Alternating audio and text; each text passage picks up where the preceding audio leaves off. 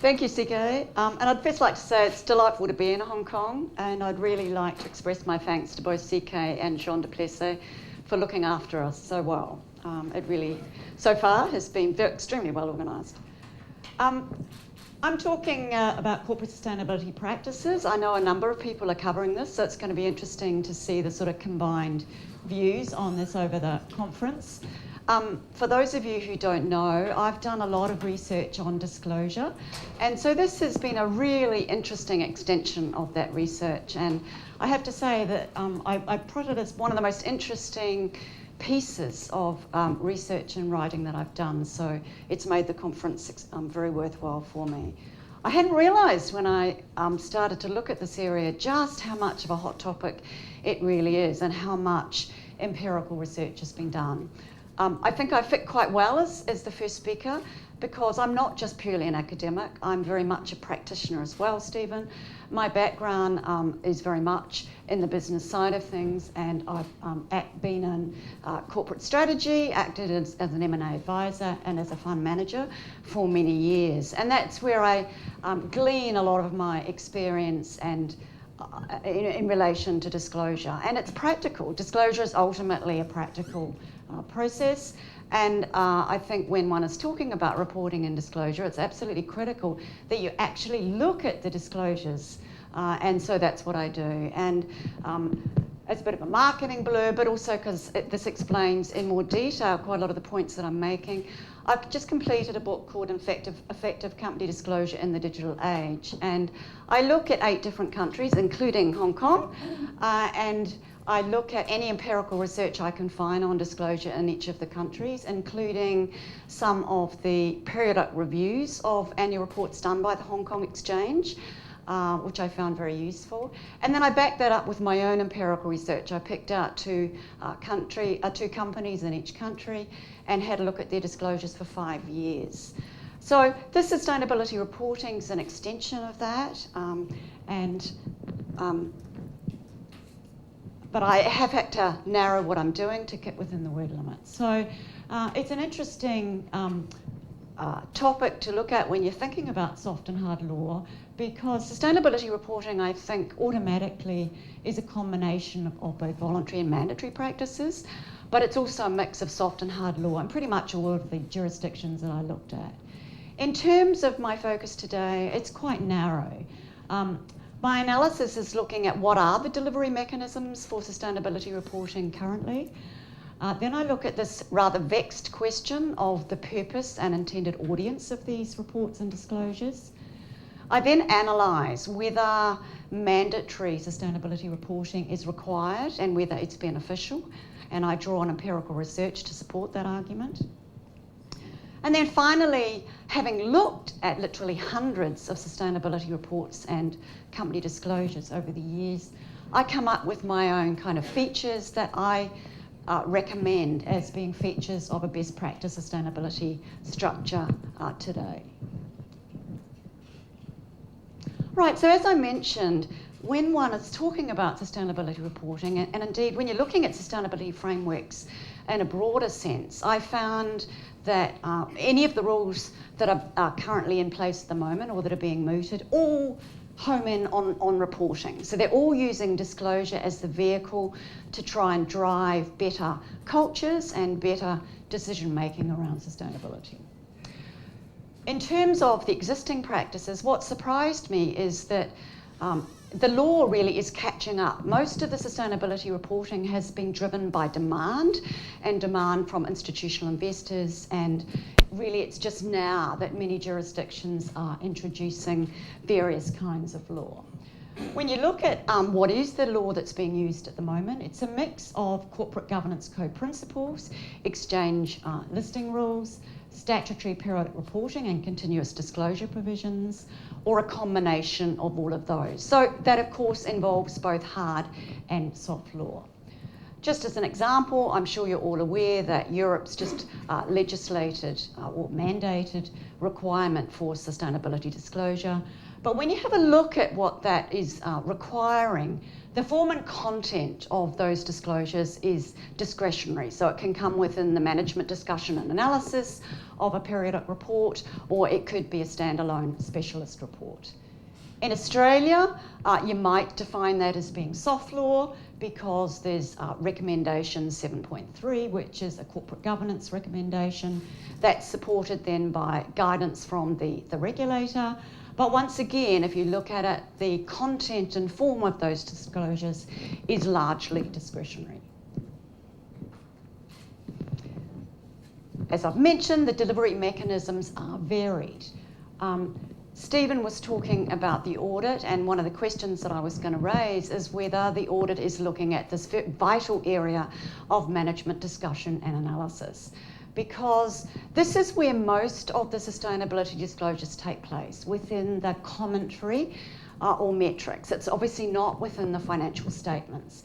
And there's a big variety of rules in relation to management discussion and analysis, and I would argue this is the area of the greatest variability in terms of quality of disclosure around the world. And yet it's a critical component. The financial statements on their own tell a story, but to tell a really complete story, you really need all of that commentary. And that commentary is provided in the periodic reports, and then that's supported by continuous disclosures, and then supported even more on an increasing basis through company websites. So when I look at the disclosure and assess the disclosure of a company, I look at all of that. So when I pick a company, I go to their website, I look at all of their annual reports, often for the last 5 years. I look at all of their ad hoc disclosures, everything that's on the website, all of their reports, and see what is this complete picture or mosaic of information that is provided on a company.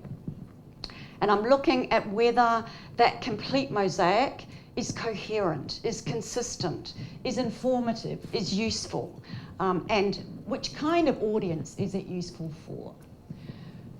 Standalone specialist reports. This is actually the most common form of reporting at the moment for sustainability reporting.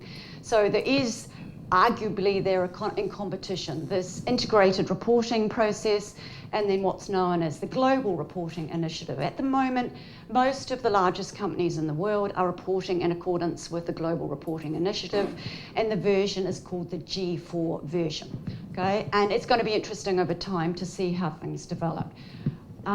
So integrated reports, standalone specialist reports, and then, as I say, increasingly important is company websites. In my own empirical research, I found an enormous difference in the type of information about their role, the corporation's role in society, governance, citizenship, sustainability, whatever you like to call it. Companies use different terms, but that had changed tremendously in terms of the content on websites in 2012 and what you would see today. I don't have time today to look at examples, but I'm going to do that in a talk that I'm giving tomorrow. All right, when I look at sustainability disclosure and analysis, and indeed when you look at analysis of any kind of disclosure, you need to have some kind of objective and benchmarks against which you're going to assess it. So when I assess it by how useful and how relevant is it, and as I said, is the message or the story of the company clear, concise, and effective. One might say that that's subjective, but I'm often amazed that my view of disclosures, when I write that down and then I have a look at what regulators have said about disclosures, that they're remarkably similar. And indeed, if you look at the reports that are done each year by the Hong Kong Exchange, compare that to those that are done in Canada, Australia and other countries, again, there's a remarkable consistency. But the regulator that I think understands disclosure best, and this might be controversial, is the SEC. And that's because they've had disclosure in the United States since the 1930s, and there's a much greater emphasis, I think, on disclosure in the United States. I know many corporations would disagree and would say that the law is too prescriptive, but I would say to anybody, and I do mean anybody, and I do this with students, I say, okay, well, read this report, read this 10K from Microsoft or pick whatever company that you know of in the United States, read that, and then go and read 2 or 3 other reports from different jurisdictions and tell me what you think about the clarity of the message. I do that consistently with students, and it's very interesting, okay? So people that don't have any kind of commercial background, they can assess themselves. And some, it's really interesting when I give them a really well-written annual report, the students will say, oh, that's really clear, okay? So these things are less subjective than you might think. It's a bit like a student essay. You can get student essays that are quite waffly, they can say a lot, and you get to the end and you think, I don't think that student really understands what they're trying to say. You read an essay that's high distinction, and you can see the layers of thought in the essay, and it's integrated, it's streamlined from beginning to the end of the essay. It's well written, well crafted, it's compelling, it tells a story. Those exact same principles should apply to when you're assessing disclosures of companies. The company should be telling a story. Okay? It's not just about mere technical compliance. That's not very helpful. What people are looking for, I think, and having attended literally thousands of analyst briefings, there's a consistency there as well.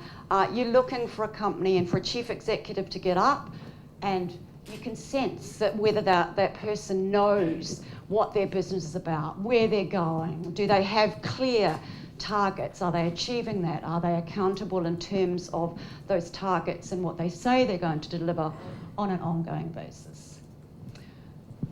With sustainability disclosures, there's a whole additional layer of complexity from financial disclosure, and that of course is because you've got lots of different classes of information, and of course the intended audience is more ambiguous. It's hard enough actually working out the target audience for annual reports. I actually think that's quite a vexed issue. I think there needs to be a review of what the role of annual reports is. But at least with annual reports, one could say that that's largely about the financial performance of a company and its strategy towards that financial performance. If you're looking at sustainability disclosures, as I say, that's more difficult, more complex, because of the broad nature of the potential audience. So these are essential and complex questions. I think if you don't know who your audience is, it's very difficult to actually produce a coherent story. You need to know who it is that you're presenting to. And I found only one company, and that was a bank, the Royal Bank of Canada, who actually very clearly on their website set out that who the intended audience of its various reports were. It's very interesting. But of course, when you're talking about the intended audience, both of annual reports and sustainability reports, if they are separate, then that's obviously going to be influenced by one's perspective about the roles, responsibilities and accountabilities of large corporations in society. This is where you get this conundrum between the shareholder versus stakeholder model. And you pick up this conundrum in a lot of the international corporate governance documents, and then within the discussion on sustainability. Is the sustainability disclosure only about enhancing investment decisions, or does it go beyond investment and economic decisions? And I grappled with this as I wrote my chapter, and I go into that a bit more detail in my written chapter. Yep. But if you're saying that the disclosures are only being targeted at investors rather than a broader audience, then inevitably that's going to lead to different scopes, framing and horizons, I think.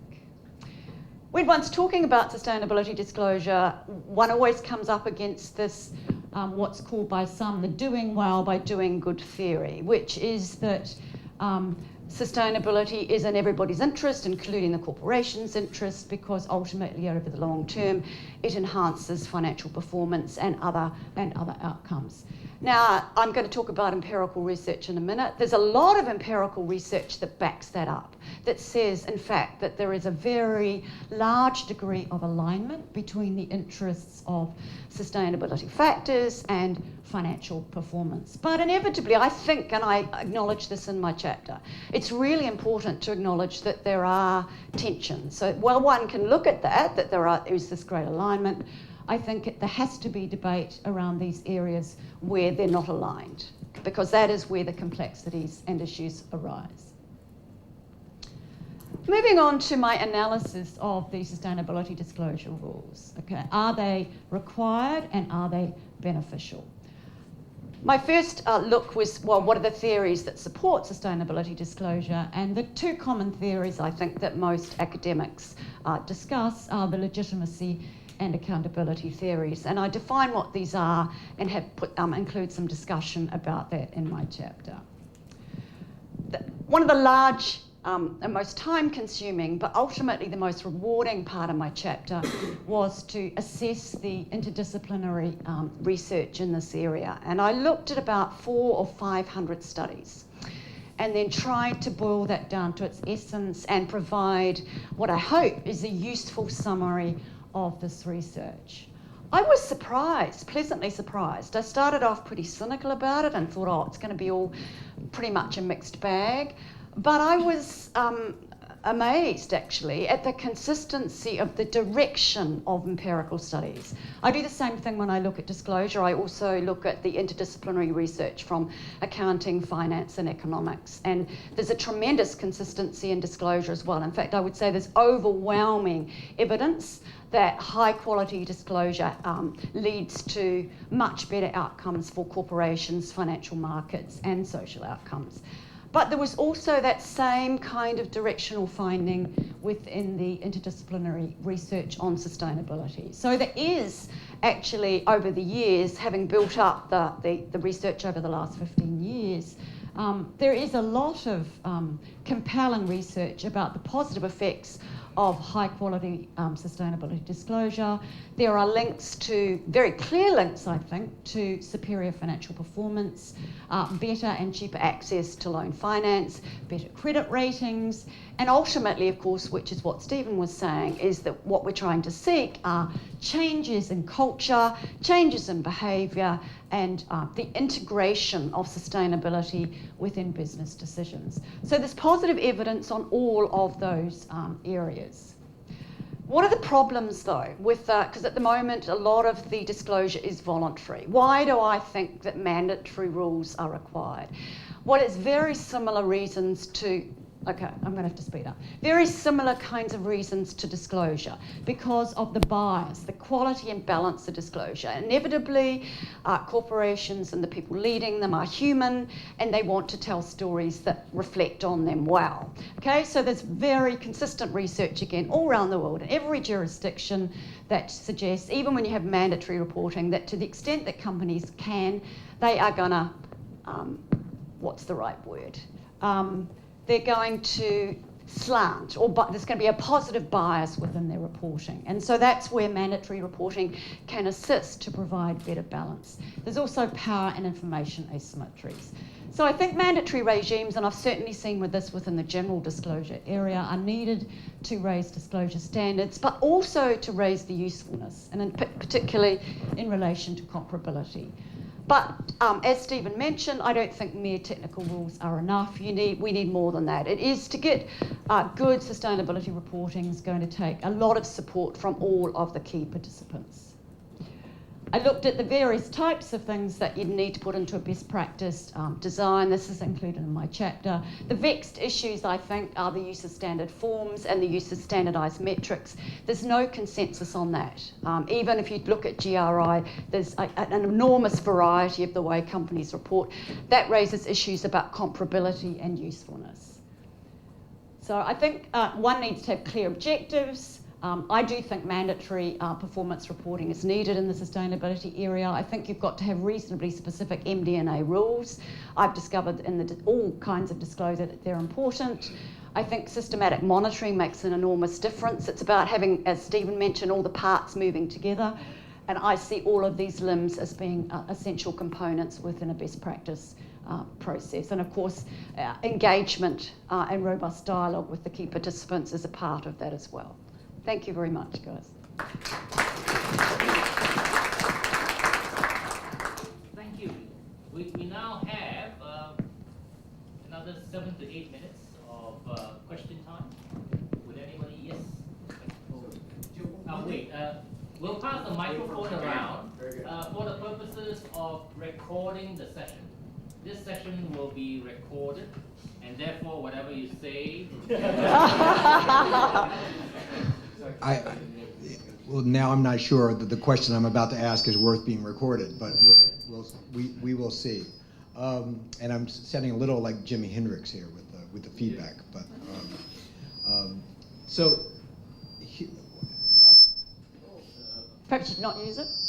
A question.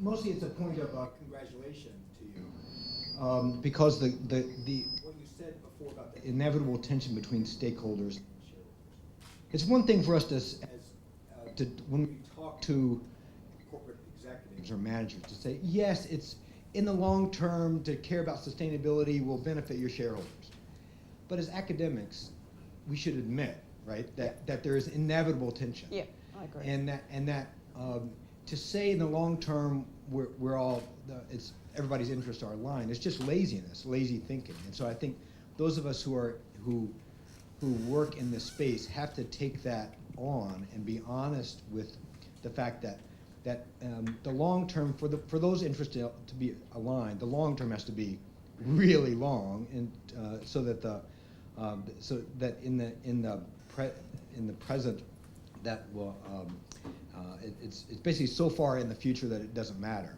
But in the real world, there is going to be inevitable tension, and we have to come to terms with that. So, yes. So here's the question: as you think about these disclosure regimes, do you think that getting people to at least talk about disclosing and coming to terms with the sustainability guidelines at least moves us away from a shareholder primacy model in practice, if not in law? I think it is, and I've been surprised at the speed and the substance of that movement. As I say, the sustainability reporting is being driven by demand. It's being driven by institutional investors, and the law really is just catching up. And the empirical research confirms. I mean, I'm not suggesting that it's being demanded by everybody, but it is being demanded by a substantial part of the market, and that's a good thing. And there's evidence as well that financial analysts are taking it seriously, that they see this as part of the risk and the overall performance of a company. And so, yes, I think it's a positive step, but yeah, there are lots of layers of complexity in responding to that question well. Yeah, just taking off from Kent's question, everybody agrees intuitively that we need to have more long-term thinking and short-termism is not good, etc. Yeah. But we also know from research in behavioral economics and psychology that human beings generally are not predisposed to long-term oriented actions, right? So given that limitation cognitively, that we are hardwired not to be long-term thinkers in that sense, I find it, I mean, I guess you've got good reasons why you advocate for more mandatory rules around sustainability in the MD&A language, etc. But how much can you really accomplish through rules in that portion, especially because even though institutional investors and others advocate for it, a lot of the language in these disclosures is in the category of cheap talk, right? Every company is about sustainability. Every company cares supposedly about long-termism, blah, blah, blah. How can you get any more than that through rules? Well, this is where I think it's about the integration of the limbs, and that's why if you look at my last chapter in my book, I think that's where I think the US have got it, integrating or got all the moving parts moving together better than most jurisdictions. And I think their supervision and their transparency does result in better and more effective disclosure. And they actually are really the only jurisdiction, I think, that are enforcing the MD&A rules. And so part of the looseness of the MD&A is because it is so difficult to have good rules around that. But in the US, I think there's a lot of what seems to be exchanges between the SEC and companies in terms of what is acceptable, and then the framing of that within one document, so that when you read a 10K, you literally can read it from the beginning to end. It is readable, it is coherent, it does provide a story. Whereas if you look at other jurisdictions, I can tell you have to work extremely hard to form your mosaic. Everything's so disjointed, and not all companies, but many many are. So rules, I agree, can only achieve so much, but when those rules are monitored and supervised and there's engagement around them, all of those working together can improve disclosures, I think. Oh, well, I've seen it, yeah. So I've seen massive improvements in, as I say, disclosure on websites, for example, over the last 5 years.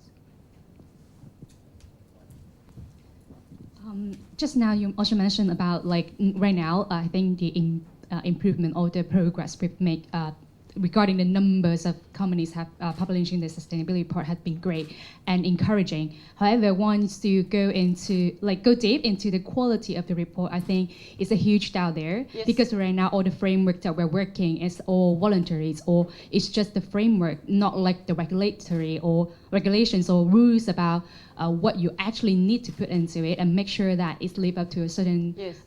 standard. So I'm curious, amongst the extensive research you've done, do you find any good practice, or is there any region or countries or cities or whatever out there already got a regulatory or monetary body like the governments or stock exchange and that kind of stuff? They already put out a standard or regulations or rules out there to make sure the quality of all this report is at least comparable or actually live up to a certain extent, to make sure that it's not just a booklet for PR purpose. Yeah, there are quality issues, and that's reflected in the research as well. But that's an ongoing process. I mean, I would say that the quality of financial reporting actually sometimes is lower quality than sustainability. I've actually found far more sustainability reports that are meaningful, that give real targets, and that, for example, say, this was our goal this year, this is what we achieved, and this is what we want to achieve, that include 10-year tables, so you're looking at the long term, that have integrated that. Sainsbury is an interesting example, I think, where they did some research with customers and wrote some interesting documents, and the way that they've integrated that within their business. But yeah, that's exactly what I do. So in my book, I look at 16 companies, and I use what I've looked at to then pick out what I think are best practice features in terms of disclosure. Now, some of that's financial reporting, but some of it's sustainability. And tomorrow I'm actually doing a report where I'm going to bring up and look at examples of 2 or 3 companies and what they're doing in terms of sustainability reporting, just to show what I think this is a really good idea. Other companies might want to think of this, but there are some companies out there that are doing some really original stuff and that do, I think, communicate on a long-term basis consistently and coherently. And there are companies that do put in 10-year tables. I'm a big believer in 10-year tables, and I'll explain why. I don't have time today. But they're willing to put those 10-year tables out regardless of performance. That's the test, is when things go wrong, not when things are going well. But if, for example, the earnings are dropping or it's an adverse environment, do they continue to communicate well? Because many companies, when things go wrong, they change the years that they cover, or they change the kind of metric that they use. But the good companies, they give that same 10-year chart, they put exactly the same in.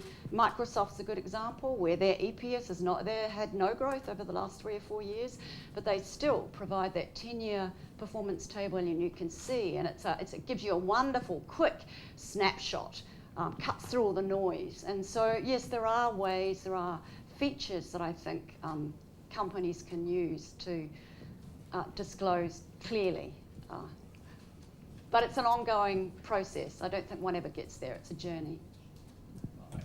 Perhaps just one last quick question, and we'll have to wrap up. It's very exciting. I have a question about what are the reasons for the investors to be a responsible investor? And also, for the regulations in some countries which already very low protection of the environment, and also the labor rights, and also the protection of the customers. In those cases, what are the reasons behind the investors that are going to provide more sustainability of the investment? What's motivating institutional investors to demand this kind of information? Is that what you were asking? I'm asking what are the reasons for the investors to be a responsible investor, and also for those countries they already have very poor regulations for the environmental or the other issues like labor rights. If those investors invest in those countries for them, what are the behind the reasons for them to drive them to pursue a more sustainability goals in this regard? I think you have to be very careful when you're talking about investors that you don't put all institutional investors into one class or one category. There's a lot of different motivations, but I think there's an acknowledgement, and it's not something new actually. It's something that I looked at many years ago when I was a fund manager. And as I say, the empirical research backs this out, that many of these sustainable principles actually drive good performance. That companies that are transparent, that don't just think about the short-term share price, but that think about maintaining good relationships with customers, with suppliers, and you know, across the board, that actually is all required as part of sound business. And so the sustainability reporting, in part, I think, is this recognition of that it's looking at what is good business on a broader basis than just what is the short-term share price momentum. All right. With that, let's put our hands together.